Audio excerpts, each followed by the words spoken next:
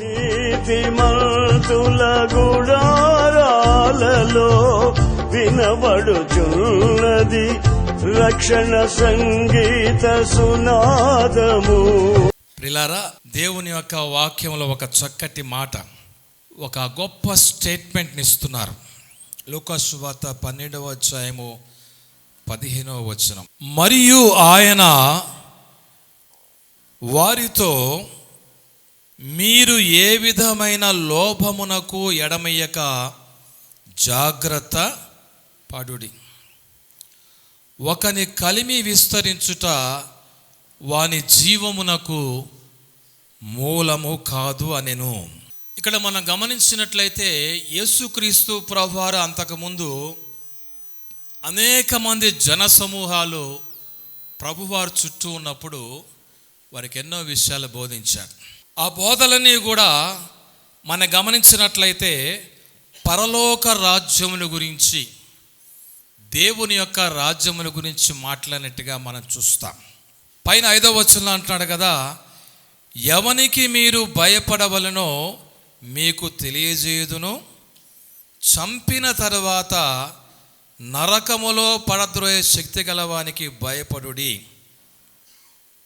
ఆయనకే భయపడునని మీతో చెప్పుచున్నాను. అనగా ప్రభువారు చెప్తున్నటువంటి సందేశపు మాటలు దేనికి సంబంధించినవి అంటే, మరణము తర్వాత మరో మహిమ సంబంధమైన ప్రపంచాన్ని గురించి మాట్లాడుతున్నారు. కాలము సంపూర్ణమైనది, ఆ దేవుని రాజ్యము సమీపముగా ఉన్నది, మారు మనస్సు పొంది సువార్తను నమ్ముడని ఆయన ప్రకటించుచు గలిలయకు ఆరంభంలో వచ్చినట్టుగా మార్కు సువార్త 1వ అధ్యాయం 17వ వచనంలో మనం చూస్తాం. అనగా యేసు ప్రభువారి యొక్క బోధంతా కూడా దేని మీద ఉందంటే, మరణము తర్వాత ఉండేటువంటి మహిమ రాజ్యాన్ని గురించి మాట్లాడుతున్నాడు.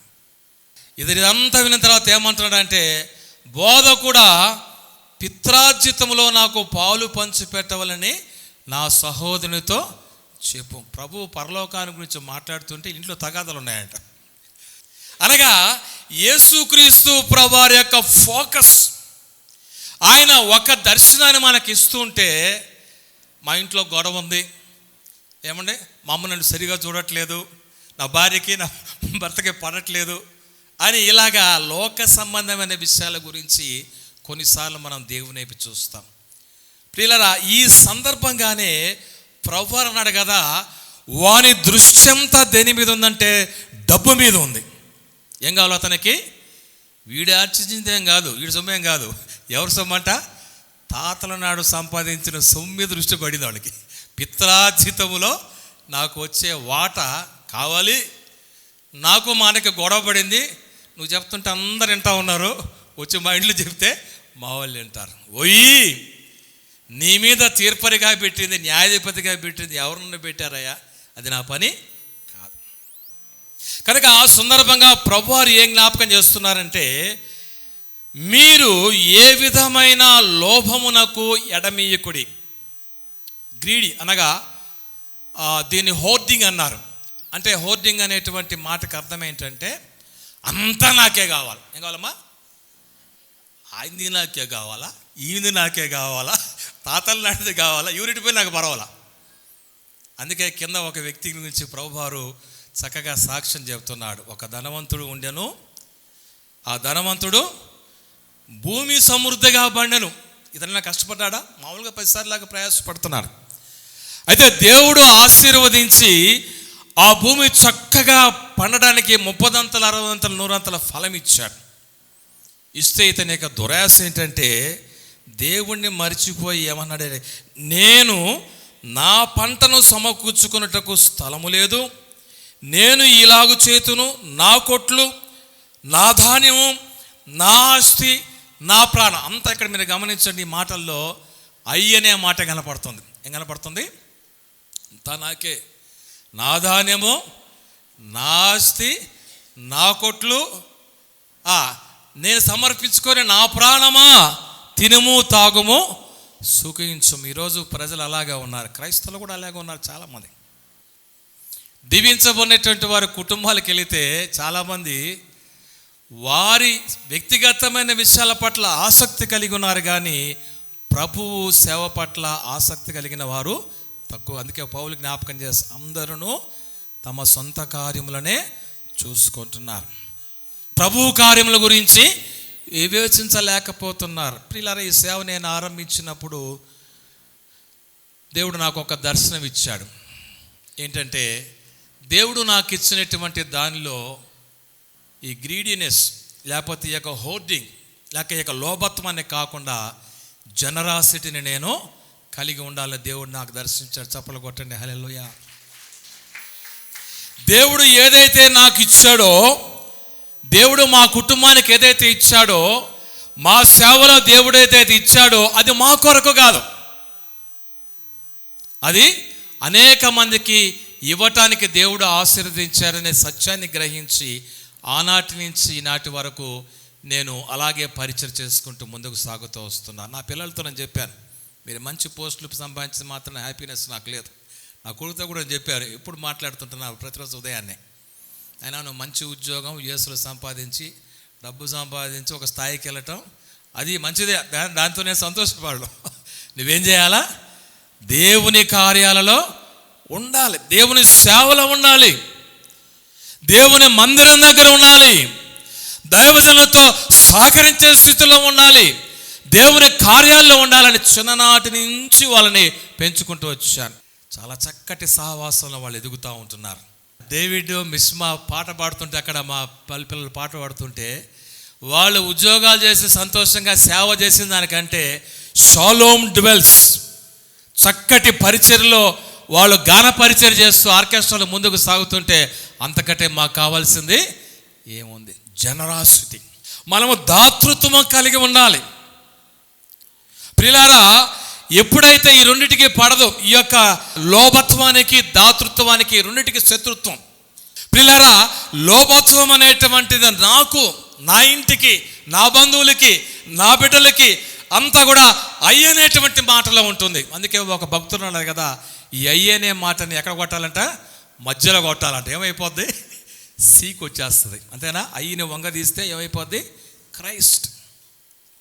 అనగా మరి ఎవడైనాను నన్ను వెంబడించగోరిన ఎడల, ఎవడైనాను నాకు డిసైపుల్గా ఉండవాలని కోరుకున్న ఎడల, ఎవడైనాను నేను చూపించేటువంటి పరలోక రాజ్యానికి, దైవ రాజ్యానికి ఒకవేళ ముందుకు సాగుతూ ఆ విధంగా ముందుకు వచ్చేటట్లయితే వాడు తన్ను తాను ఉపేక్షించుకోవాలి. He has to deny himself. అనగా తన్ను తాను ఏమీ లేనివాడుగా తన్ను తాను ఉపేక్షించుకుంటే తప్ప దేవునికి మహిమకరమైనటువంటి జీవితాన్ని మనము జీవించలేము. రాయవెల్లూరులో మనము మరి వెల్లూరు హాస్పిటల్ మనం చూస్తూ ఉంటున్నాం. మరి విడా సోఫియా స్కడ్డర్ అనుకుంటాను, గొప్ప మిషనరీ. ఆ దినాల్లో ఆవిడ వచ్చినప్పుడు ఆ తండ్రి మిషనరీగా వచ్చి అక్కడ వైద్య పరిచయం చేస్తున్నప్పుడు ఆ యొక్క యవనస్తురాలు వచ్చి ఆ తండ్రితో వచ్చి కూర్చుంది, చూస్తూ ఉంది. ఒకే ఒక్క రోజు రాత్రి డెలివరీ చేయలేక ఆ తల్లి బిడ్డలు చనిపోయి కొనిపోబడుతున్నారు సమాధికి. ఆమె చూసి చాలా బాధపడింది. అయ్యో, వీరి మధ్యలో వైద్యం అందక, స్త్రీలకు వైద్యం అందక ఎంతగా వీళ్ళు కృషించిపోతున్నారని మళ్ళీ అమెరికా దేశం వెళ్ళి డాక్టర్కో చదివి మళ్ళా తిరిగి వచ్చి రాయవెల్లూరులో ఆమె మన భారతదేశంలో ఉన్నటువంటి వారందరి కొరకై ఒక గొప్ప హాస్పిటల్ ఆవిడ స్థాపించి అభివృద్ధి పరిచింది. 2003లో అనుకుంటాను. ఆ యొక్క హాస్పిటల్ గురించి రాయబడిన సంగతి ఏంటంటే, క్రిస్టియన్ మరి మెడికల్ హాస్పిటల్స్లో ఆల్ ఓవర్ ద వరల్డ్, ప్రపంచం అంతట్లో కూడా మరి లార్జెస్ట్ బిగ్గెస్ట్ హాస్పిటల్ ఎక్కడ ఉందంటే రాయవెల్లూరులో దేవుడు స్థాపించాడు. ఐ థింక్ 2000 బెడ్స్ అనుకుంటాను. ఆ దినాల్లో 2000 బెడ్లతోటి ఒకేసారి పరిచయం చేయడానికి దేవుడు వారిని ఆశీర్వదించారు. ఈనాడు భారతదేశంలో ఉన్న వారందరూ కూడా క్రైస్తవ వాళ్ళ ఆ యొక్క మిషన్ ద్వారా స్థాపించబడినటువంటి హాస్పిటల్కి వెళ్ళి ట్రీట్మెంట్ తీసుకుంటున్నారు. ఆమె ఏమనుకుందంటే, నా కోసం కాదు ఈ వైద్య విద్య, అమెరికా దేశంలో నేను డబ్బు సంపాదించడానికి కాదు, కానీ ఈ పేదవారి కొరకు నేను ఒక వైద్యశాల నిర్మించి వారికి వైద్యాన్ని అందించాలనుకుంది. ఈనాటి కూడా దేవుని యొక్క నామం మహిమపరచబడుతుంది. చప్పలు కొట్టండి, హల్లెలూయా. ఒకసారి నీ జీవితాన్ని, నా జీవితాన్ని పరిశీలన చేసుకుందాం. ఎంతవరకు మనము సాక్రిఫిషియల్గా జనరాసిటీగా దేవుని పరిచయంలో ముందుకు సాగుతూ ఉంటున్నాం. నాకు ఉద్యోగం వచ్చిన కొత్తలో మా ఆత్మీయ నాయకులు ఒక ఉత్తరం రాశారు. నర్సీపట్నం వైజాగ్లోనే వస్తున్నప్పుడు కొత్తగా అపాయింట్మెంట్ వచ్చింది. ఒక లెటర్ పంపించారు, పోస్ట్ కార్డు, చిన్న కార్డులో పంపించారు. అబ్బాయి సురేష్, ఉద్యోగం వచ్చిందని సంతోషపడుతున్నావా? శాలరీ వస్తున్న సంతోషపడుతున్నావా?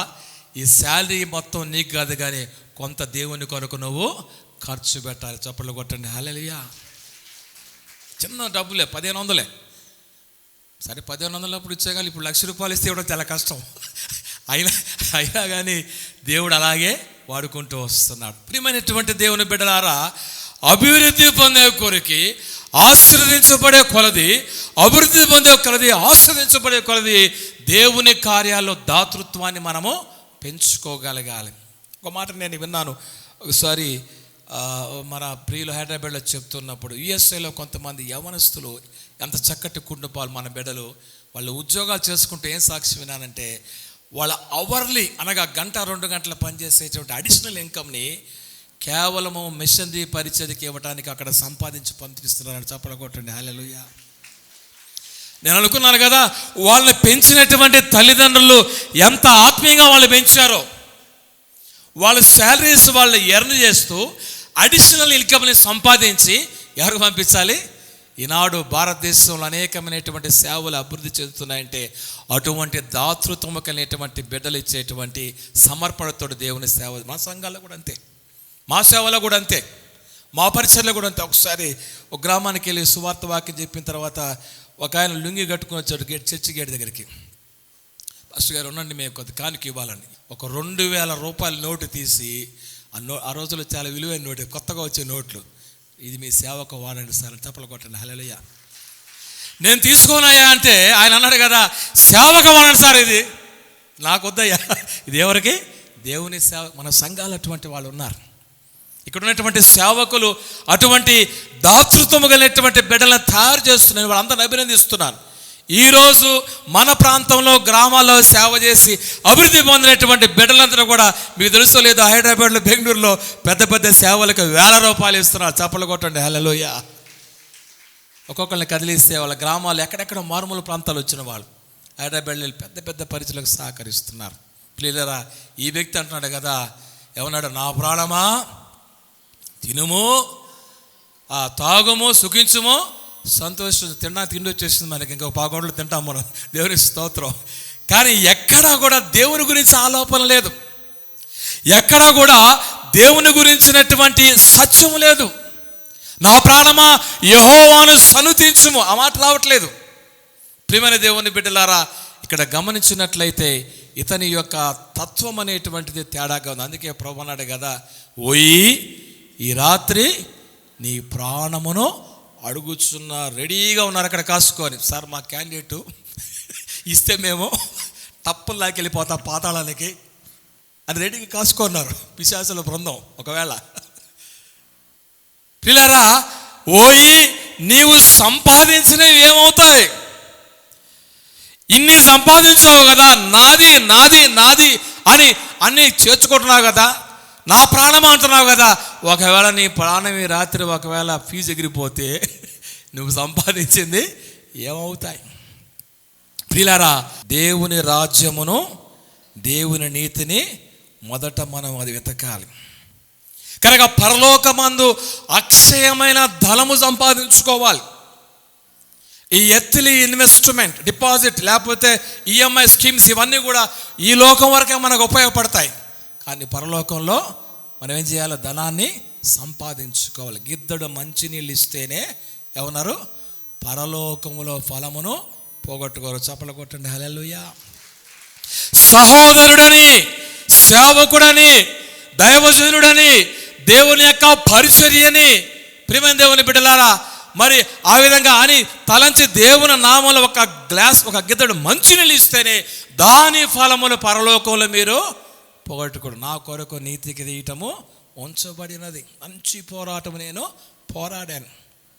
నేను మాత్రమే కాదు, నాతో పాటు ఎంతమంది అయితే ఈ విశ్వాస యాత్రలో ప్రయాసపడతారో వారందరి కొరకు ఆ నీతి కిరీటము, దాచబడినదని ప్రభు వాగ్దానం చేస్తున్నాడు. ప్రియులారా, మా జీవితాల్లో మరి 4 క్వార్టర్లు తీసుకుంటే చివరి క్వార్టర్లు మేము ఉన్నాం. అలాగా ఇక్కడ ఉన్నట్టు చాలామంది మరి ఒకవేళ మనకి 60-70 ఇయర్స్ లైఫ్ స్టైల్ తీసుకున్నట్లయితే మనం ఎండ్ స్టేజ్లో ఉన్నాం. అలాగా జీవితంలో చివరి అంకానికి వచ్చేసాం. ప్రియమైన దేవుని బిడ్డలారా, మరి గమనించినట్లయితే పరలోకములో అక్షయమైనటువంటి ధనాన్ని నువ్వు సంపాదించుకోవాలి. నీకు ఆ ధనం ఏమన్నా ఉందా? పరలోకానికి వెళ్తే మాస్టర్ గారు వెళ్ళారంటారు, మా లోపలికి వెళ్ళేసారి అన్నాడు కదా, నా కోసం పెద్ద మ్యాన్షన్ ఉంటుందని లోపల పోయాయంట. లోపల దేవదూత చనిపోయినాక తీసుకెళ్ళి, నీకు లేదయా, ఇదిగో గుడిసుందన్న. పక్కన చూస్తే చర్చి మెంబర్కి పెద్ద మ్యాన్షన్ ఉందంట. మీ హృదయంలో కలవరపెడని కుడి నేనుండే స్థలంలో మీరుండులాగున మీ కొరకు స్థలము సిద్ధపరిచిన మిమ్మల్ని తీసుకొని వెళ్తాను. అదేంటంటే మా చర్చి మెంబర్కి పెద్దది ఇచ్చారు అంటే, నువ్వు తీసుకోవడం తప్పితే ఎప్పుడు కూడా అన్నీ తీసుకోవటమే. ఇది ఇంకా ఎప్పుడు నువ్వు ఇచ్చావు? ప్రియులారా, మన యొక్క సహవాసంలో సంఘాల్లో మనం గమనించినట్లయితే అనేక మంది దైవజనులు వారు తీసుకున్నట్టు మాత్రమే కాదు కానీ ఎంతోమందికి ఇచ్చేటువంటి దైవజనులు మన మధ్యలో ఉన్నారు. చప్పలు కొట్టండి, హల్లెలూయా. నేను కొంతమంది గురించి సాక్ష్యం విన్నప్పుడు చాలా సంతోషపడతాను. పాస్టర్స్ ఒకళ్ళు కొద్దిగా లేకపోయినప్పటికీ కూడా ఎవరికన్నా ఇబ్బంది కలిగినప్పుడు దేవుని యొక్క నామంలో సహాయం చేసేటువంటి హైదరాబాద్ ఇటీవల నేను చాలా సంఘాలు తిరిగి వచ్చాను. ఓ పాస్టర్ గారు చెప్పాడు, ఆయన సాక్ష్యం ఇస్తే ఏమన్నానంటే, అయ్యా మేము స్లంప్ ఏరియాలో పరిచయం ఆరంభించాము. అందరూ కూడా చెడ్డీలు గిడ్డలు లేకుండా చాలా పూర్ చిల్డ్రన్ కనపడ్డారు. నాకు దేవుడు ఒక తలంపు ఇచ్చాడు. వాళ్ళందరికీ ఫీజులు కట్టి చదివించాను, ఉద్యోగాలు వచ్చినాయి. ఇప్పుడు మా సంఘంలో ఎవరున్నారు? ఎంప్లాయీస్ ఉన్నారు. చప్పలు కొట్టండి, హల్లెలూయా. ఆ రోజు ఫీజులు కట్టి బట్టలు వేయించి చదువు నడిపించి చేసినటువంటి పరిచర్య వాళ్ళు ఇప్పుడు ఏమయ్యారంటే మంచి కుటుంబాలు అయ్యి మంచి వైట్ కాలర్ డ్రెస్ తోటి మా సంఘంలో తిరుగుతూ ఉంటే ప్రభునందు ఈ ప్రయాస వ్యర్థము కాదని ఎరిగి, కనుక దేవుని యొక్క నామములో ఏదైతే మనం చేస్తామో, ఏదైతే సహకరిస్తామో, ఏ దాతృత్వాన్ని పెంచుకుంటామో దేవుడు ఖచ్చితంగా దాన్ని మన కొరకు ఆశీర్వదించి నమ్మిన వారు చప్పలు కొట్టండి, హల్లెలూయా. ఇతనితో అంటున్నాడు కదా, ఓయి వెర్రివాడ. అయినా అనేక మంది ఫూల్స్ అయిపోతున్నారు. అనేక మంది ఈ విషయంలో ఫూల్స్ లాగా మారిపోతున్నారు. అన్నీ తెలిసి కూడా కొన్నిసార్లు మనం ఫుల్ అయిపోతాం, అంతే కదా, ఏప్రిల్ ఫుల్ అంటాం కదా, అలాగ మారిపోతూ ఉంటాం అన్నీ తెలిసి కూడా. కారణం ఏంటంటే ఈ యొక్క లోభం అనేటువంటిది మనల్ని కొన్నిసార్లు మన చెయ్యిని బయటికి చాచలేకుండా బలహీనపరుస్తుంది. నాది లేక ఇదిగో విస్తారమైనటువంటి ఆ యొక్క ధాన్యము సమకూరింది, విస్తారమైనటువంటి ఆస్తి వచ్చింది కనుక నేను ఇలాగు చేతును, నా కొట్లు విప్పి వాటికంటే గొప్ప వాటి కట్టిస్తారు. ఏంటి జరుగుతుంది పిల్లరా? మనస్తత్వం ఎట్లా ఉంటుందంటే పెద్ద కారు కొనాలండి అనగా మన కోరిక ఏం చేస్తుందంటే ఇతరులకు దేవుని సేవకు సహకరించకుండా స్వార్థంలో మనము మిగిలిపోతున్నాం. నువ్వు సహాయం చేయాలంటే లేక నీ దాతృత్వాన్ని విస్తరించాలంటే ఖచ్చితంగా సాక్రిఫైజు కావాలి. ఖచ్చితంగా దేవుని యొక్క సేవ పట్ల మంచి దృక్పథాన్ని కలిగి ఉండాలి. మనందరూ తెలుసు, విలియం కాల్గేట్ అనేటువంటి ఒక యవనస్తుడు బోట్లో వెళ్తున్నాడు. ఆ బోటు క్యాప్టెన్ యవన దినాల్లో ఆ బోటు క్యాప్టెన్ చేశారంటే ఈ కాల్గేట్ అనేటువంటి ఆయనకి సువార్తను ప్రకటించాడు. యవనస్తుడు ఆ బోటు మరి నడిపించుకుంటూ యేసు ప్రభువు సువార్తను చెప్పినప్పుడు ప్రభువుని అంగీకరించాడు. కొన్ని సత్యాలు చెప్పాడు, వాటిని అనుసరిస్తా అన్నాడు. ఆ సత్యాల్లో ఒక సత్యం ఏంటంటే, నీ రాబడి అంతట్లో 10వ భాగం ఎవరికి ఇవ్వాలా? దేవునికి ఇవ్వాలి. కనుక 10వ భాగం లేక 20వ భాగం లేక 30వ భాగం లేక 90వ భాగం అభివృద్ధి పొందని కొలిగి దేవుని యొక్క సేవకు ఇస్తూ వచ్చాడు. ఒకనొక దినం వచ్చేటప్పటికి American Bible mission, foreign Bible mission సొసైటీకి గొప్ప ఫండ్స్ ఇచ్చేటువంటి దైవజనుడిగా దేవుడు ఆయన్ని ఆశీర్వదించాడు. చప్పలు కొట్టండి, హల్లెలూయా. పళ్ళున్న వాళ్ళందరూ కూడా ఎవరిని జ్ఞాపకం చేసుకోవాలా? ఉదయాన్నే పళ్ళు తోముతాం కదా, విలియం కాల్గేట్ గారి జ్ఞాపకం చేసుకోవాలి. ఒక చిన్న దైవజనుడు ఇచ్చినటువంటి సందేశాన్ని మారు మనసు అనుభవంలో దాతృత్వాన్ని పెంచుకొని ఆయన దీవించబట్ట మాత్రమే కాదు కానీ ప్రపంచానంతటికి కూడా దేవుడు దీవెనకరంగా ఆయన మార్చివేసి రాత్రికాల సమయంలో ఇక్కడ కూర్చుని మీలో దేవుడు అనేక మందిని అలాగ ఆశీర్వదించబోతుంటున్నాడు. అలాగే దేవుడు మీలో ప్రతి ఒక్కరిని దీవించబోతూ ఉంటున్నాడు. ఈ యాకోబు పాత దినాల్లో మోసగాలాగా బతికాడు. ఏమంటున్నాడు? నాకు జ్యేష్ఠత్వము కావాలి, మోసం చేశాడు. నాకు హక్కు కావాలి, అనగా నాకు డబుల్ పోర్షన్ కావాలి, జ్యేష్ఠత్వంలో వచ్చేటువంటి ఆ యొక్క బెనిఫిట్ నాకు రావాలని మోసం చేశాడు. కానీ దేవునితో పోరాడిన తర్వాత ఇజ్రాయేలుగా మారిపోయి ఇప్పుడు ఏమంటున్నాడు అన్నతో ఏసావుతోటి, ఎవరయ్యా వీళ్ళందరంటే దేవుడు నాకు దయచేసిన పిల్లలు, వీళ్ళు చప్పలు కొట్టాడు. హల్లెలూయా. మాట మారిపోయింది, మనసు మారిపోయింది, సమర్పణ మారిపోయింది. ఈ గుంపంతా ఎంతమంది వచ్చారు? ఎవరంటే వీళ్ళందరూ కూడా ఎవరంటే దేవుడు నాకు దయచేసినటువంటి బిడ్డలు. వీళ్ళందరూ కూడా నాకేమీ తక్కువ లేదు, నాకు చాలా సమృద్ధిగా దేవుడు ఇచ్చాడు. అన్నకే గిఫ్ట్ ఇవ్వగలిగే స్థితికి దేవుడు మార్చివేశాడు. ప్రియమైన దేవుని బిడ్డలారా, దేవుడు మనల్ని ఈ లోకంలో పరలోకంలో అలాగా ఆశీర్వదించాలని కోరుకుంటున్నాడు. ఆశీర్వదించబట్టుకు మనము పిలువబడ్డాం. అనేక మందికి ఆశీర్వాదకరంగా ఉండటానికి దేవదేవుడు ఆ రీతిగా మనల్ని పిలిచి పరిచయలో వాడుకొనుగాక. ఆ రీతిగా మన కుటుంబాలని, మన సంఘాలని, మన పరిచర్యల్ని దేవదేవుడు ఆశీర్వదించి అనేక మందికి దీవెనకరంగా ప్రభు అద్భుతమైన ఆశ్చర్యమైనటువంటి కార్యములను జరిగించునుగాక. పరిశుద్ధుడు అయిన తండ్రి, జీవము గల ప్రభువా, ఈ రాత్రికాల సమయంలో మా జీవితంలో మీరు ఇచ్చినటువంటి దీవెన ఆశీర్వాదములను బట్టి మీకు వందనాలు. అవును తండ్రి, సమృద్ధి అనేటువంటి పంట సంవత్సరములుగా మా జీవితాల్లో, మా కుటుంబాల్లో, మా సేవలలో అంతకంతకు ప్రభు మీరు అభివృద్ధి పరుస్తున్నారు. మీకు స్తోత్రాలు, వందనాలు. ఈ రాత్రికాల సమయంలో లోభమునకు చోటివ్వక, నా కొరకు లేక నా కొరకు మాత్రమే కాక ప్రభువా, నీ కొరకు తండ్రి మేము కార్యము జరిగించుటకు సహాయము దయచేయండి. మా దాతృత్వము విస్తరించుటకు సహాయము దయచేయండి. మేము దీవించబడటం మాత్రమే కాక మా ద్వారా అనేక మందిని దీవించమని ప్రార్థిస్తున్నాం. అవును తండ్రి, లేమిలో, కష్టములో, కయంలో, బాధలో తండ్రి మీరు మమ్మల్ని జ్ఞాపకము చేసుకున్నారు. వ్యాధిలో, కష్టములో, నా బాధలో ప్రభా తండ్రి మీరు మమ్మల్ని జ్ఞాపకం చేసుకున్నారు. ఎవరు మమ్మల్ని గమనించలేని పరిస్థితుల్లో ప్రభా మీరు మమ్మల్ని జ్ఞాపకం చేసుకొని అంతకంతకు అభివృద్ధి మాకు దయచేశారు తండ్రి. మిమ్మల్ని మర్చిపోకుండా మీ కార్యములలో ముందుకు సాగుటకు సహాయం దయచేయండి నాయన. మీ కొరకు గొప్ప కార్యము జరిగించుటకు సహాయం దయచేయండి ఆయన. మీ సేవలో ముందుకు సాగే భాగ్యం, మీ సేవకులతో కలిసి ముందుకు సాగేటువంటి భాగ్యం, మందిరములో దైవ పరిచర్య ఘనంగా బలంగా జరగటానికి ప్రభా తండ్రి మా గుప్పిలి విప్పి ప్రభా మా ఆశీర్వాదంలో తండ్రి అనేక మంది పాలింపు తీసుకున్నట్టుగా మా కుటుంబాలు బలపరచమని ప్రార్థిస్తున్నాను తండ్రి. పరలోకంలో మాకు ధనం, అవును ప్రభా, ఒకానొక దినము నీ లోకాన్ని మేము విడిచిపెట్టాలి.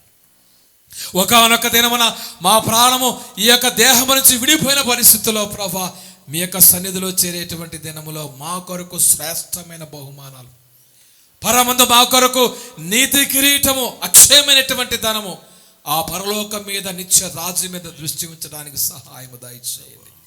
చేరి వచ్చిన మాలో ప్రతి ఒక్కరిని దీవించమని, ప్రతి ఒక్క సంఘమును దీవించమని, ప్రతి ఒక్క సంఘ కాపరిని దీవించమని, అలాగే మా పరిచయం కూడా అనేక మందికి దీవెనకరంగా మంచి గొప్ప కార్యము జరిగించమని సమస్త మహిమ ఘనత ప్రభావం మీకు చెల్లించుకుంటూ మా ప్రభువును రక్షకుడైన యేసుక్రీస్తు వారి ఘనమైన నామములో స్తుతించి ప్రార్థించి అడిగి వేడుకొనుచుంటున్నాము తండ్రి. ఆమేన్.